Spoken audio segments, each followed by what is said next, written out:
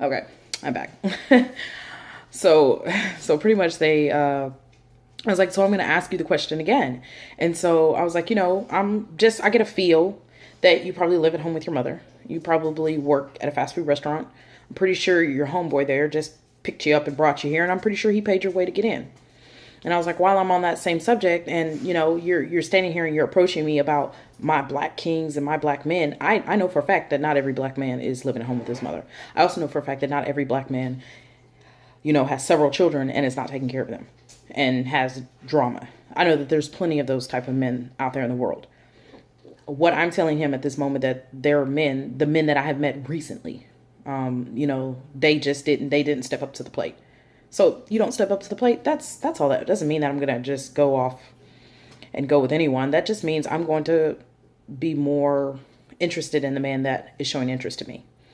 And so while this is all being said, the white gentleman says, "Oh well, he's picked a winner tonight. He's gonna go and tell his Pakistani homeboys at the 7-Eleven about his date night tonight." And I'm just like, okay, now you're an idiot. That's just about the most racist shit you could ever say.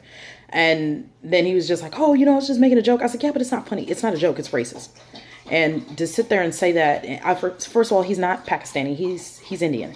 Second of all, he doesn't work at 7-Eleven. He works for Texas A&M. Then the fact that you said 7-Eleven, there's no fucking 7-Elevens in Texas. Well, in this area.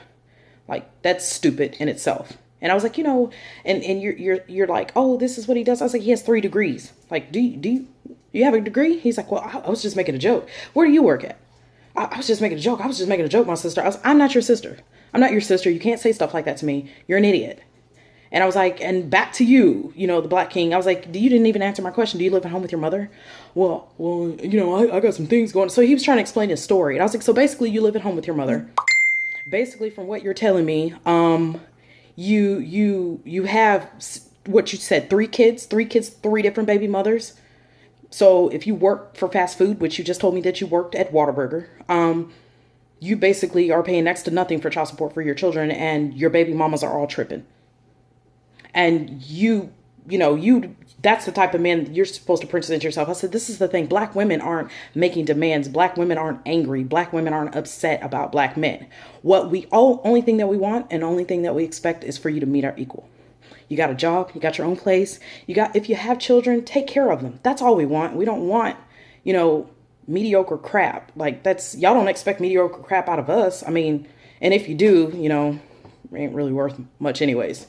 But just the fact that, this guy, he was innocent, absolutely nothing. And then the fact that I was more or less, when he came back, I was worried about them saying something stupid when he came back, and then I would have to act really ignorant in front of my date because of someone else being ignorant. I've been on this earth 30 years. I've absolutely never had any type of racism just blasted at me, just absolutely blasted at me. But the fact that I guess I was more or less, I was involved in it, but it just wasn't anything racist to me, to my face. So there probably have been instances where I've walked away from a scenario and people have done exactly that behind my back.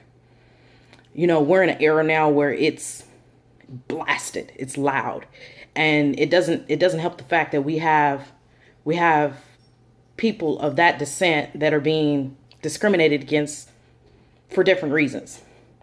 He came here not because he wanted to blow things up. He came here because he wanted to try to have a different outlook on life. I listened to him talk. I listened to what, what his goals are and everything. He absolutely loves America. And, then you have people, and he was so nice and oblivious to the fact that these guys were saying what they said about him. And sometimes it's utterly disgusting. Like, as a black guy, as a white guy or a white girl, if you see someone out on a date with someone else of another race, I mean, honestly, your first instinct is like, oh, they look happy. Because that's usually what I do. When I see black men with white women, I'm just like, oh, they look happy. He looks happy. For the most part, they look happy. And that's really the only thought process that I have about it. I'm not sitting up here thinking, oh my gosh, she took my black king. Like, first of all, he's not mine. He's definitely yours. And my thought process isn't anything more than that. But I was just honestly disgusted that it was 2016, that I'm in Texas, I mean, hey, it is Texas. We're a red state, so, it is what it is. But the fact that not a white man came and said something and was acting stupid, that it was the fact that it was a black guy. And if you're going to approach someone, or if you're going to be bold enough to do something like that, or even if that's a family member, make sure you have your shit together.